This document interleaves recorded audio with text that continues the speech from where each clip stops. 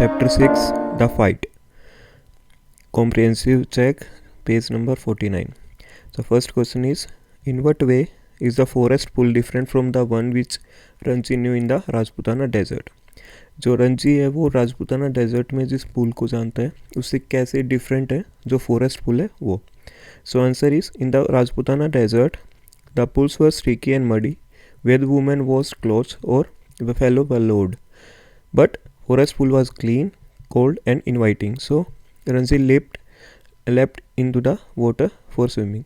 So जो Rajputana desert है वो राजपूताना डेजर्ट में जो पूल था वो स्ट्रिकी और मडी था, एंड जो वुमेंस थी वो अपने क्लोथ्स वॉश करते थे और बफेलोज वोलो करती थी. बट जो फॉरेस्ट पूल है वो कैसा है, क्लीन है, कोल्ड है और इनवाइटिंग है, इसलिए जो रंजी है वो लीव करता है water for swimming. Now second question is, the other boy asked Ranji to explain himself. So in this you have to explain two parts. First is, what did he expect Ranji to say? कि रंजी से क्या expect करता था कि वो ये बोले. The other boy Suraj expected Ranji to say sorry, उसे सॉरी बुलवाना चाहता था. एंड सेकेंड है इसमें, was he in your opinion right or wrong to ask this question? जो ये क्वेश्चन उसने पूछा है वो आपके ओपिनियन में सही है या गलत है. सो सेकंड का आंसर है, Suraj was a bully so he was a wrong to prevent Ranji from using the pool. The pool was common property. जो सूरज था वो बुली था and he was wrong there, क्योंकि जो पुल था वो कॉमन प्रॉपर्टी था तो कोई भी यूज़ कर सकता था. Now the question third, between Ranji and the other boy who is trying to start a quarrel, give an reason for your answer. कि रंजी और अदर बॉय में कौन चाहता था कि लड़ाई हो और क्या रीज़न है वो आप बताना है. So answer is, it is Suraj who starts the quarrel. जो सूरज है वो स्टार्ट करता है क्वाल को. He asks Ranji to run away from the pool. और क्या पूछता है वो रंजी से कि वो वहाँ से भाग जाए पुल के पास से. He even threatened to beat him, और वो उसको धमकी भी देता है कि उसको मारेगा. Then the question 4, then we will have to continue the fight, said the other. जो रंजी है, अदर स्ट्रेंजर है, वो बोलता है then we will have to continue the fight, कि हमें कंटिन्यू करनी पड़ेगी fight. So what made him say that? क्या उसको बोलने के लिए मजबूर करता है ये चीज़. First, Suraj spoke the above words because he was tired, but he didn't want to spare Ranji who refuse to accept defeat, so he deferred the fight for the next day. क्योंकि सूरज वहाँ पे पहले ही बोल चुका था ऊपर वाले वर्ड में कि वो एक तो थक गया था और वो छोड़ना नहीं चाहता था रंजी को, और जो डिफीट है, हार सहन नहीं करना चाहता था, इसलिए वो डिफ़र करता है नेक्स्ट डे फाइट को, अगले दिन बढ़ा देता है. सेकंड इसी में आपको बताना है, did the fight continue, if not why not. क्या जो फाइट है वो कंटिन्यू होती है नेक्स्ट डे, होती है तो, या नहीं होती है तो क्यों. So no, the fight didn't continue the next day. जो फाइट है वो कंटिन्यू नहीं होती है next day. Both Suraj and Ranji needed each others help, so they compromised. Suraj asked Ranji to teach him to dive and swim underwater, while Ranji agreed to become a wrestler with the help of सूरज. सो एक next day fight नहीं होती है और जो दोनों है उनको एक दूसरे की ज़रूरत होती है तो वो फाइट को कॉम्प्रोमाइज़ कर लेते हैं, और जो सूरज है वो रंजी से हेल्प मांगता है टू डाइव और स्विम अंडर वाटर करने की में हेल्प करे, और वाइल रंजी एग्री कि वो उसको रेसलर बनने में हेल्प करेगा सूरज रंजी को. Now the next comprehensive check on page number 53. What is it the Ranji find difficult to explain at home. कौन सी चीज़ ऐसी है जो रंजी डिफ़िकल्ट होता है अपनी जो बात है वो बताने में घर पे. Ranji has several cuts and bruises on his face and arms. He find it difficult to explain the injuries at home. जो रंजी को कट और ब्रशेस निशान जो हुए थे फेस और आर्म्स पे, वो उसको एक्सप्लेन करने में दिक्कत हो रही थी घर पे, जो इंजरीज हुई थी. सेकंड क्वेश्चन है, रंजी सी हिज एडवर्सरी इन ए बाज़ार. एडवर्सरी मतलब जो उसका जिसके साथ फाइट हुई थी उसको वो बाज़ार में देखता है, तो उसमें आपको आंसर बताना है. What does he wish to do. तो उस टाइम पे वो क्या विश करता है करे, आंसर है इसका at first Ranji felt like turning away and look the other वे.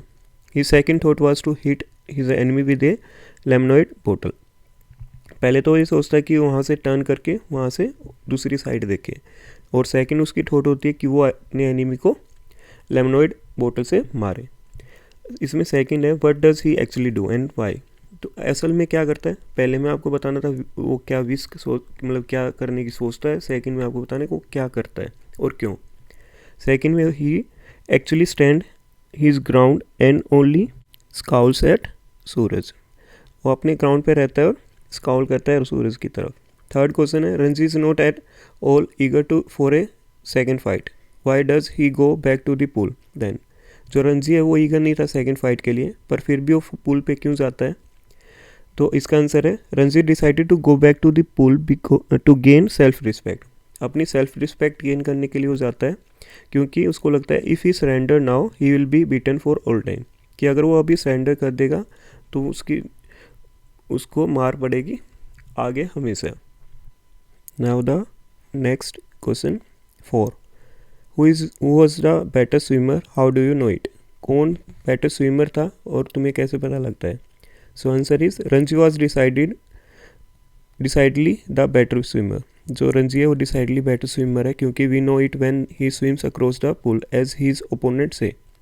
हमें पता है कि जब वो स्विम करता है और उसके ओपोनेंट से क्या बोला, और उसने क्या किया, he dive for long into the water. उसने डाइव किया वो अंडर वाटर, वो काफ़ी टाइम तक रहा, इसलिए उससे पता लगता है कि वो बेटर स्विमर था. Question 5. What surprises the warrior. क्या चीज़ सरप्राइज करती है वॉरियर को. Ranji executed another perfect dive. जो रणजी है वो एग्जीक्यूट करता है डाइव पानी के अंदर, बहुत अच्छी परफेक्टली डाइव करता है. एंड स्विमिंग अंडर वाटर, और जो स्विमिंग करता है under water. And he circle Suraj and comes upon him from behind. और पानी के अंदर वो सर्कल क्रिएट करता है और उसके पीछे से सूरज के पीछे से आगे आता है, मतलब उसको बोलने के लिए, सरप्राइज करने के लिए. और the warriors Suraj is surprise to see Ranji skill. और ये जो स्किल्स हैं ये देख के जो सूरज है वो सरप्राइज हो जाता है. Third question. Now that they are at the pool why don't they continue the fight. अब वो पूल पे हैं तो उन्होंने कंटिन्यू क्यों नहीं करते हैं फाइट. आंसर है at the pool two contestant forget to continue the fight. Their interest shifts to swimming and swinging diving. जो दोनों कंटेस्टेंट हैं वो कंटिन्यू करने से भूल जाते हैं फाइट, क्योंकि उनका जो इंटरेस्ट है वो अब स्विमिंग और डाइविंग में शिफ्ट हो गया है. Now the next question, question 7. Ranji's superiority over the other boys obvious in the following. Strength, physical strength में like good diving for being a fighter, sense of humour, swimming under water, making a good points, willing to help. Underline the relevant phrases. So कौन कौन से obvious superiority दिखाता है रणजी की other boy पे.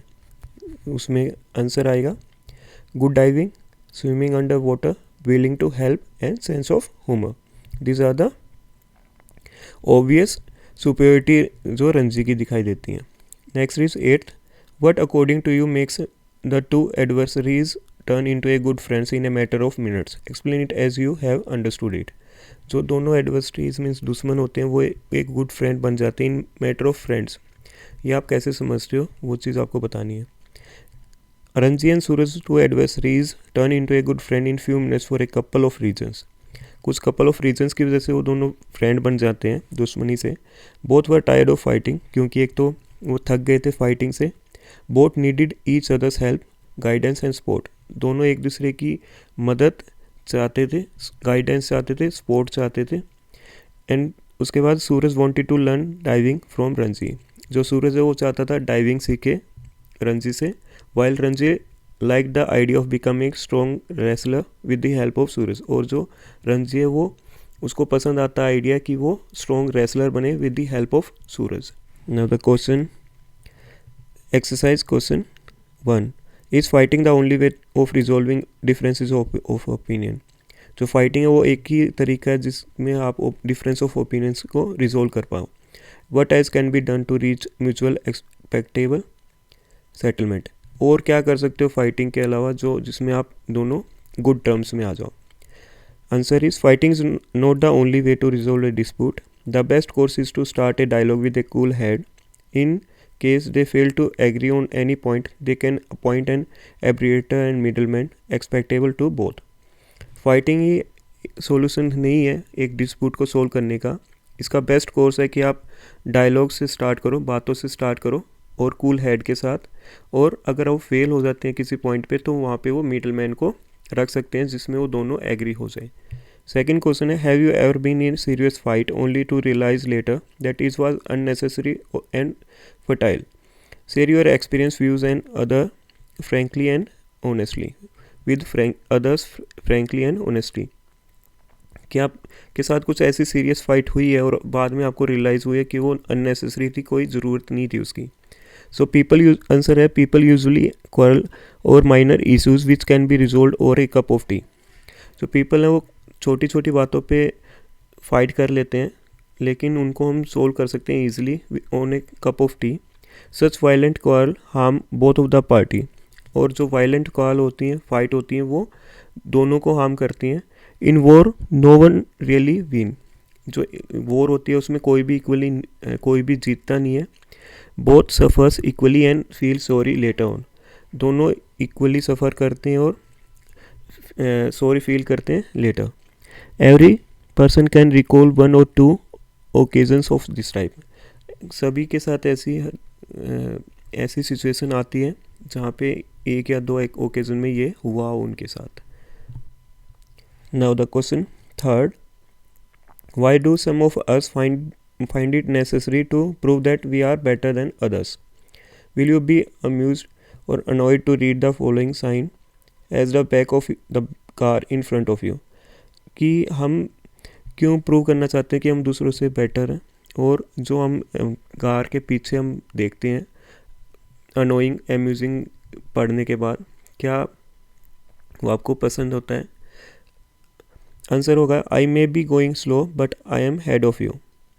इस तरह का साइन होता है, आप लोगों ने देखा होगा कि चाहे मैं स्लो हूँ लेकिन तुमसे आगे हूँ.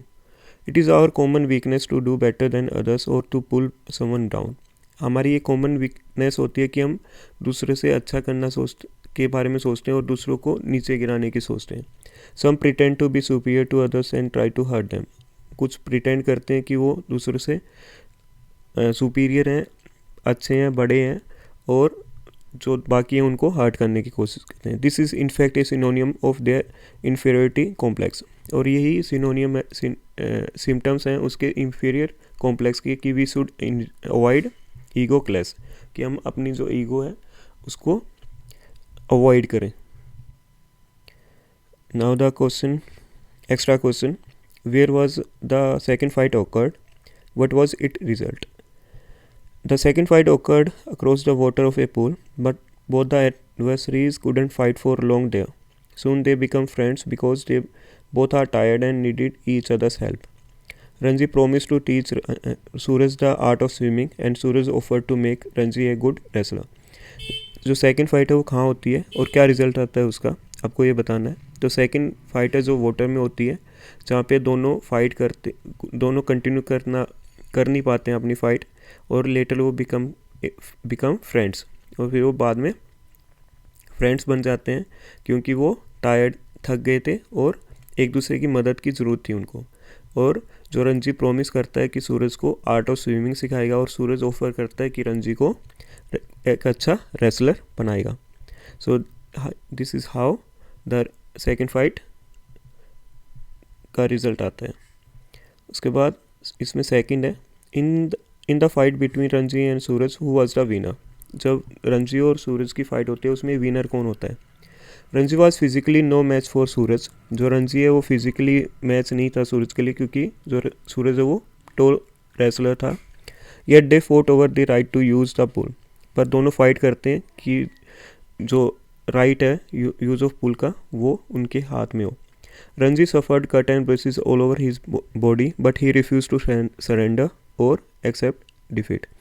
जो रंजी है उसको बहुत सारे कट लगते हैं, निशान होते हैं उसकी बॉडी पे, और पर फिर भी वो सरेंडर करने से मना कर देता है और डिफीट एक्सेप्ट नहीं करता है। In the first round the fight ended in draw.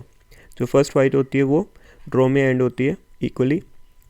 Next day they faced each other across the pool for the second round of fight. Second day वो पूल के पास स्टार्ट करते हैं second fight, but Ranji this time proved himself a better swimmer than his adversary. जो रणजी है वो better swimmer prove करता है अपने आप को compare to Suraj, and they four together to learn each something worth while. और उसके बाद दे फाउट लेटर वो एक दूसरे से कुछ सीखने के लिए बात करते हैं, and they surrender the fight. और फिर वो सरेंडर कर देते हैं, फाइट कंटिन्यू नहीं करते हैं। After a while they become good friend. और फिर कुछ टाइम बाद वो अच्छे फ्रेंड बन जाते हैं। Hence neither was the winner. तो इससे पता लगता है कि कोई भी विनर नहीं होता है लास्ट में in the fight between Ranji and Suraj. Now next is उड़ान worksheet 1। Here you have to use the clue from the sentence and tell the appropriate meaning of underlined word। जो यहाँ पे underlined word है उसका मतलब आपको बताना है। नीचे ऑप्शंस हैं उनमें से। फर्स्ट है the newly admitted student anticipated his first day in the school with much longing. Anticipated का मतलब होता है looked forward to. The second is police made hypothesis about the robbery but they couldn't prove it yet। Hypothesis का मतलब होता है working theory जो होती है। The student replied to the teachers with a witty answer and the class laughed।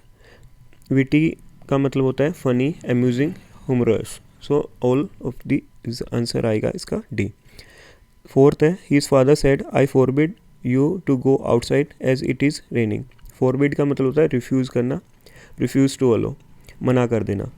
The glass shattered as it fall from my hand.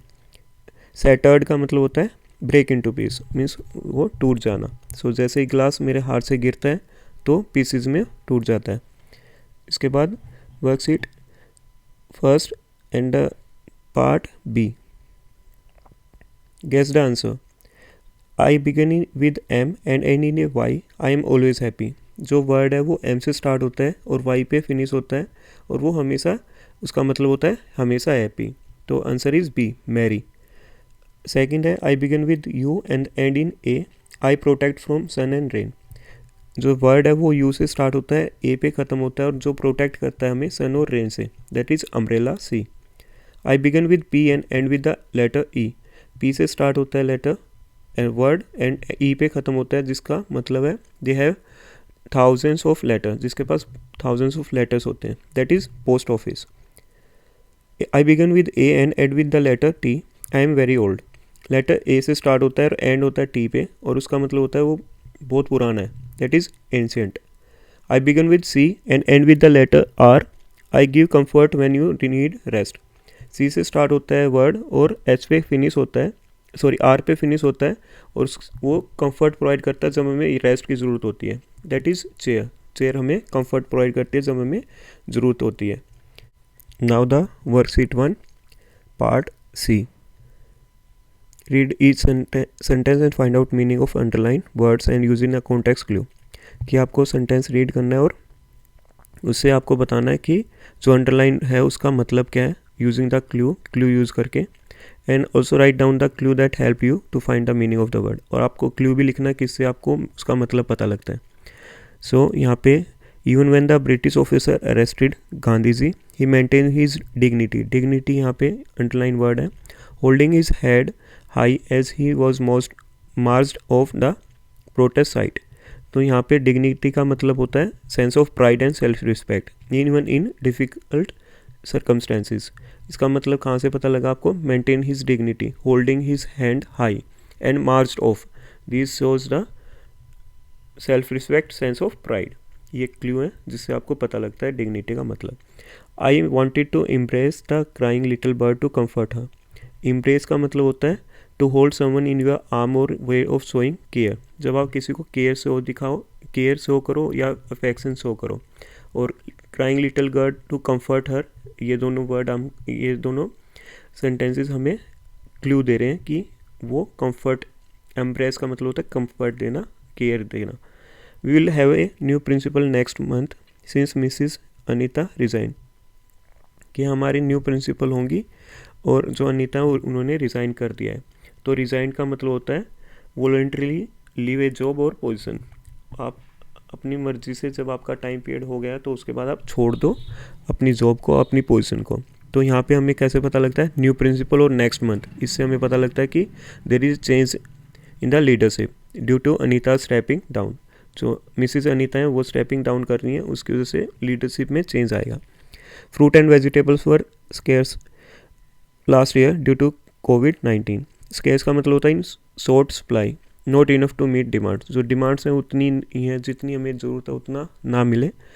कैसे पता लगता है हमें इस चीज़ का कि स्केर्स का ये मतलब है fruit and vegetables and last year during कोविड-19, ये इंडिकेट करते हैं अवेलेबिलिटी was लिमिटेड, कि अवेलेबिलिटी थी वो लिमिटेड थी ड्यूरिंग दिस टाइम।